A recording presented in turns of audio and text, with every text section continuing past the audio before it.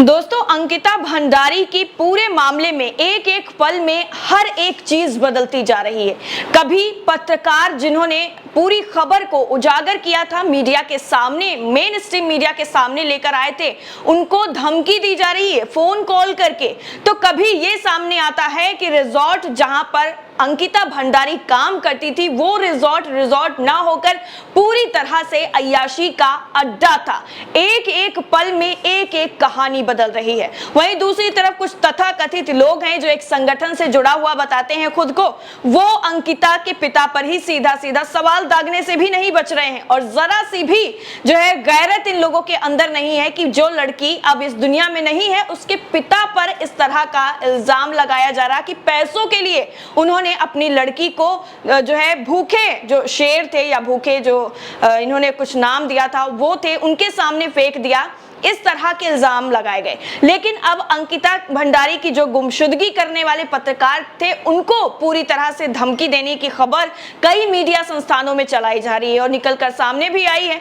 तो वहीं उन पत्रकारों की सुरक्षा को लेकर, उनको पूरी तरह से सुरक्षा प्रदान करने को लेकर सरकार से मांग भी की जा रही है। लेकिन उत्तराखंड के जो सबसे चर्चित अंकिता भंडारी मर्डर केस है, इसमें हर दिन जो नए खुलासे हो रहे हैं वो बेहद ही चौंकाने वाले हो रहे हैं। इसी दौरान मुख्य आरोपी पुलकित आर्य के रिजॉर्ट में नौकरी करने वाली एक महिला ने उस पर कई संगीन आरोप लगाए हैं। उसके इल्जाम और खुलासे होश उड़ा देने वाले हैं, जो सीधे सीधे उत्तराखंड पुलिस प्रशासन पर सवाल उठा रहे हैं।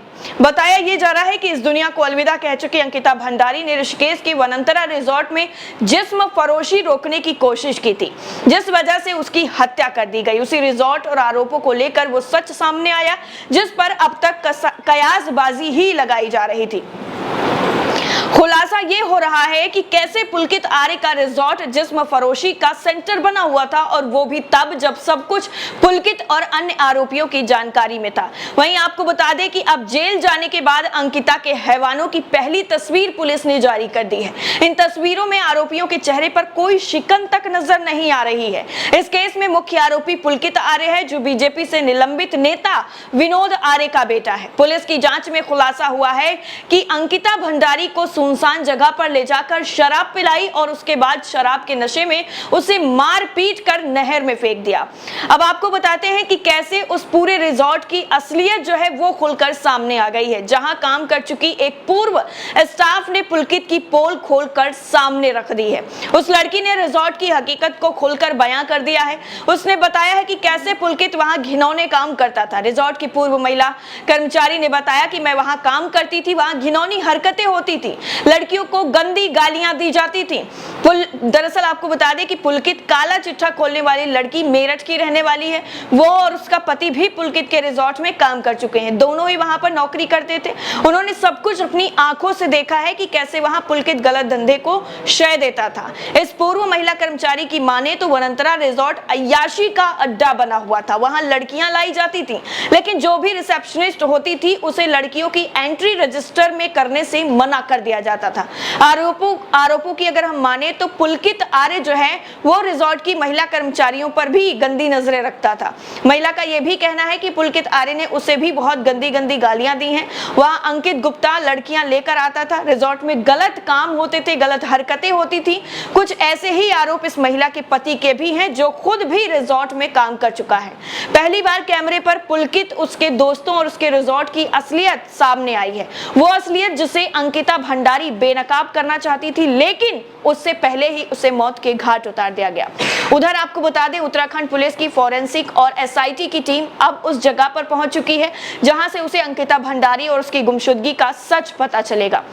19 साल की अंकिता के साथ जो कुछ हुआ उसके बारे में सुनकर ही किसी के भी रोंगटे खड़े हो जाएंगे। लेकिन घर वालों से मिला सच ये है कि अंकिता भंडारी ने करीब महीने भर पहले ही पौड़ी गढ़वाल जिले के वनंतरा रिजॉर्ट में रिसेप्शनिस्ट के तौर पर काम शुरू किया था।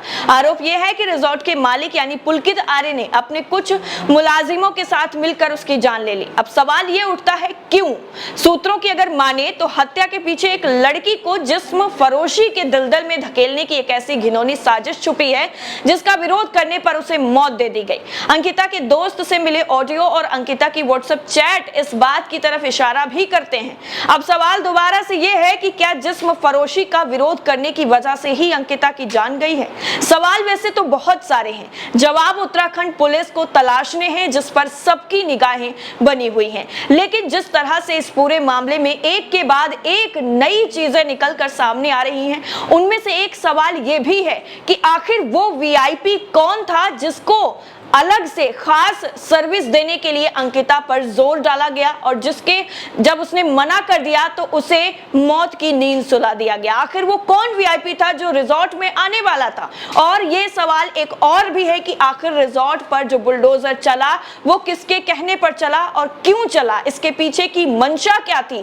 क्या वाकई सबूतों को मिटाने के लिए बुलडोजर चलाया गया? ये कई ऐसे बड़े सवाल हैं जो अब उत्तराखंड पुलिस जो है इनके जवाब ढूंढने की पूरी कोशिश में लगी हुई है और कब जवाब मिल पाएंगे वो जल्द ही सामने आ जाएगा। फिलहाल इस पूरी रिपोर्ट को लेकर आपकी राय क्या है कमेंट सेक्शन में जरूर बताइएगा। बाकी सारी अपडेट के लिए नेशन 360 को अगर आपने सब्सक्राइब नहीं किया है तो जल्द से जल्द कर लें ताकि सारी अपडेट आप तक पहुंच सके। जय हिंद।